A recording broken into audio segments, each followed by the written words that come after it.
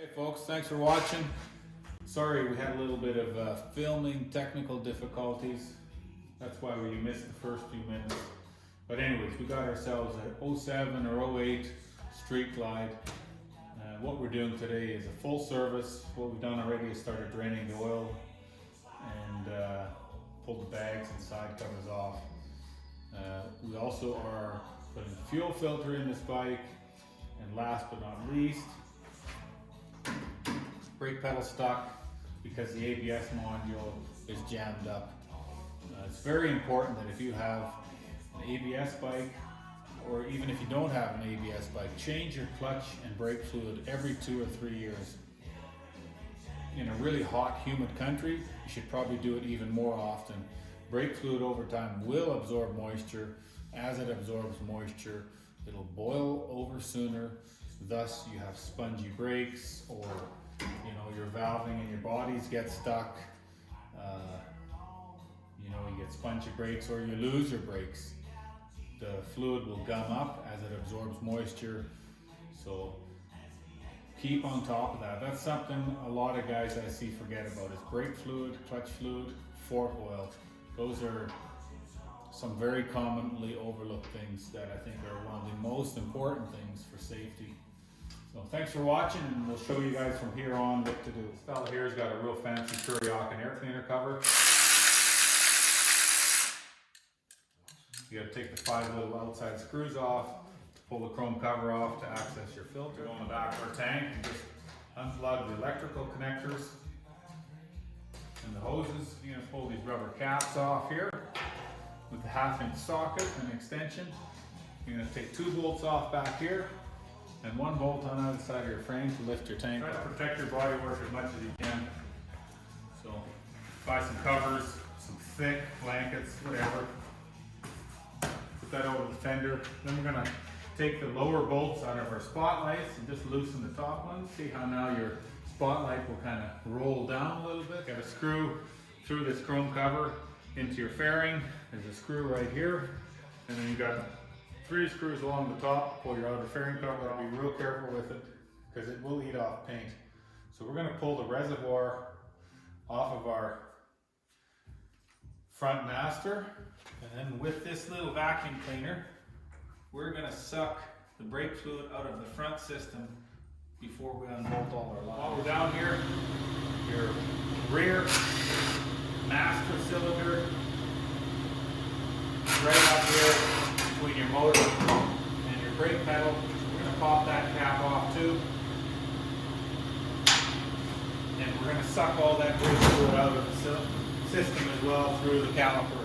Now we're going to take these banjo bolts out of the front of our ABS module so that we can take our rear brake lines out. And then we'll do the front ones later on after we get these ones pulled out. That way, less chance of making a mess or spilling brake fluid anywhere. Take your 12mm banjo bolt out of the front of your master. Not going to reuse any of this because we got new hardware coming. So you've got your rear brake lines. 1 piece from here to your ABS module and 1 piece from your caliper to your module pulled out. Have a real good look. I can't specify how important it is to clean up your brake fluid. Give it a quick rinse with some brake clean, wipe it all down, make sure there's nothing wet, and then we're going to pull our front brake lines out. First what we're going to do is disconnect with a 12mm bolt at the master. Pull that line that goes all the way along the backbone here to the one that says MF, which is master front, and carefully pull it out. Once you've got your 12mm banjo bolt out of your master, you want to carefully pull your brake line back, making sure you don't drip any brake fluid anywhere, and pull it out through your cover here, between your bars and your inner fairing. And then in your ABS module, your outer one that says MF, master front, pull it out, and then you can pull your main control brake line out. Once again, make sure you do not get any brake fluid on any paint anywhere or tools. Then we're going to take 12mm banjo bolt out of the ABS module that says F, which is front, and that line runs from your ABS module down to your front calipers. And we're going to pull it out from here towards our calipers. Then you're going to take your banjo bolts out of your caliper here. Once again, make sure you do not get any brake fluid on any paint. You're going to take your T40 Torx bolt out of your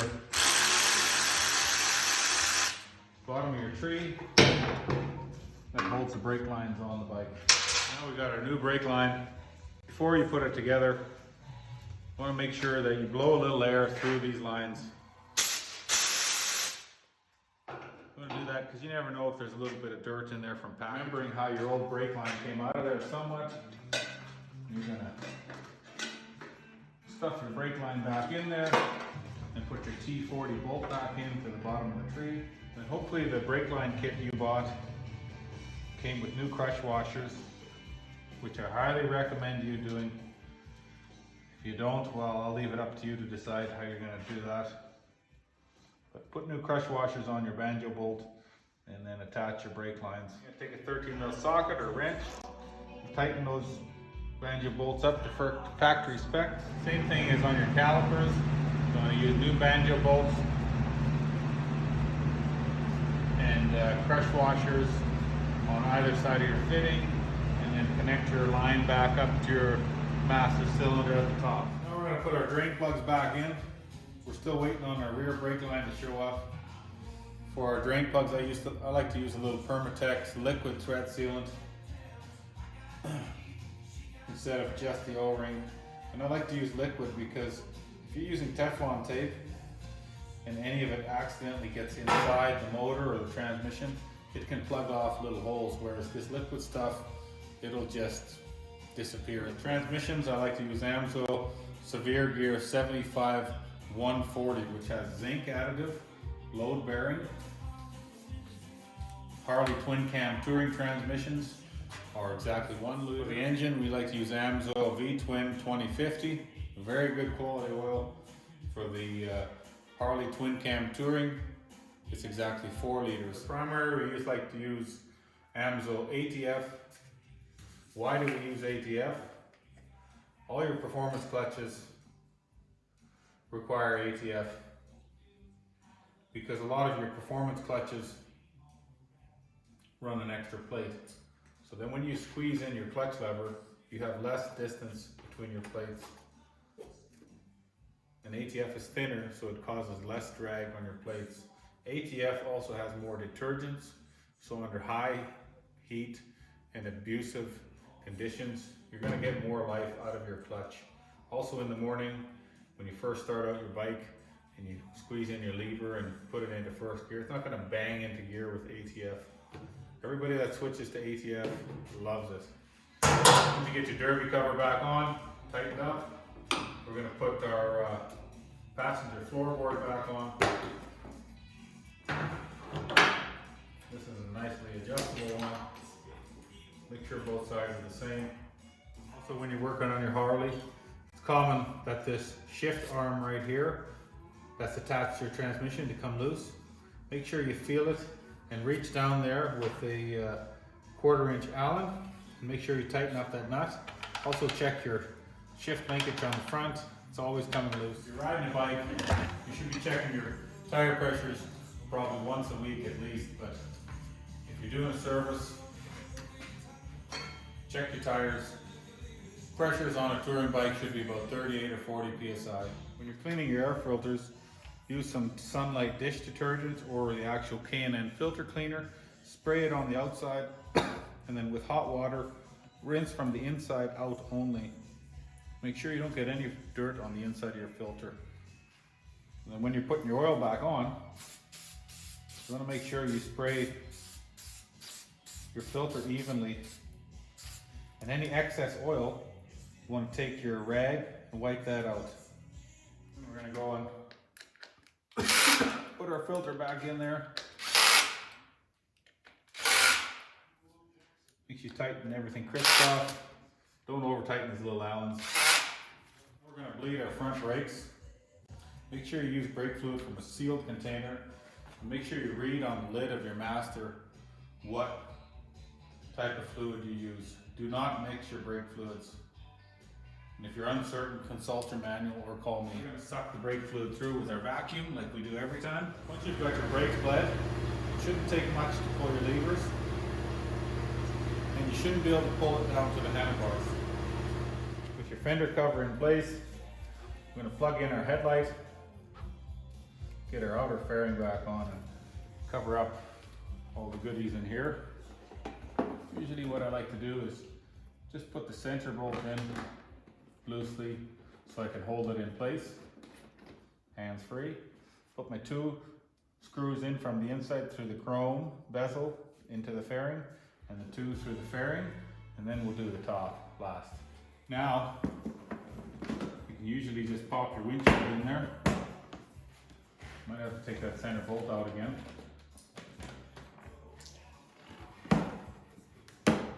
Get it all lined up. Tighten up your 3 center bolts, and that's it for your fairing. Pretty simple. You're not going to drop anything, scratch. What we're going to do is replace our fuel filter. We've already checked our fuel pressure on the bike before we took the tank off. You want to make sure your fuel pressure is at about 54 or so at throttle under load and at idle, and you don't want the needle jumping around. So first we're going to do is take a little Allen out of the front of this chrome cover, a little bolt down here. Then you want to take this ring off that holds the plate on the top of your tank. You can use a brass punch and a hammer, or you can use a special tool. It don't really matter. Once you got your cap pulled out, you pull your assembly out halfway. This is your fuel filter right here. There's a steel clip right here that's holding the 2 together. You just pop that little clip out of there with a screwdriver. That's what your clip looks like. And then you separate the 2 halves. Don't drop the O-ring in the tank. Kit should come with a new one. And with a little clip, pull your filter out. Obviously you can see how dirty that one is. It's a good time to change it. Then you want to take your brand new clean filter, slide that in there, put your O-ring back on, and there's a little tit on here that falls into a groove. You line the 2 up. Sometimes you have to push them together pretty good. And put your steel clip back in there. Get everything back together. Have a good look at your O-ring that sits on top. If it's hard, brittle or cracked, replace it. If not, push it back into the bottom of the top plate. Get everything lined back up. When you put your ring back on, there is a place that says top, where it's, I think you'd say concave or convex to the top. Anyways, it'll say top.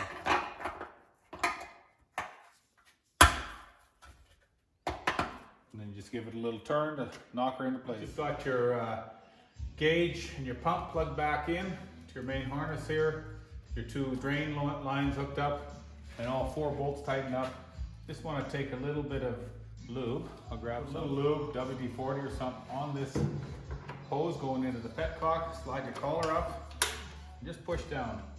If you don't use a little lube, if you do it dry, sometimes you have a tendency of wrecking that O-ring. And if you don't have O-rings to replace it, it's going to spray fuel everywhere. Now that we've got all our fluids back in, I'm going to take a little bit of brake cleaner on your rag, wipe off your pipes anywhere there might be oil so you don't burn any fingerprints into your chrome covers. And then you want to get on it, fire it up. Let the bike run for a few minutes. You're going to want to check your oils before you kick it out the door. On this bike, we're still waiting on our brake line. I might do a video later on showing how to put that in, but it's the same as the front. Put it in, plug in your pressure sensor for your brake lights, and bleed the brakes. So thanks for watching while we did a service, ABS delete, and front brake line, and such forth. A couple little things, fuel filter on this bike. If you like the video, great. If not, tell me that you didn't like it, and we'll see if we can do something better in the next one. Thanks, and have a great day.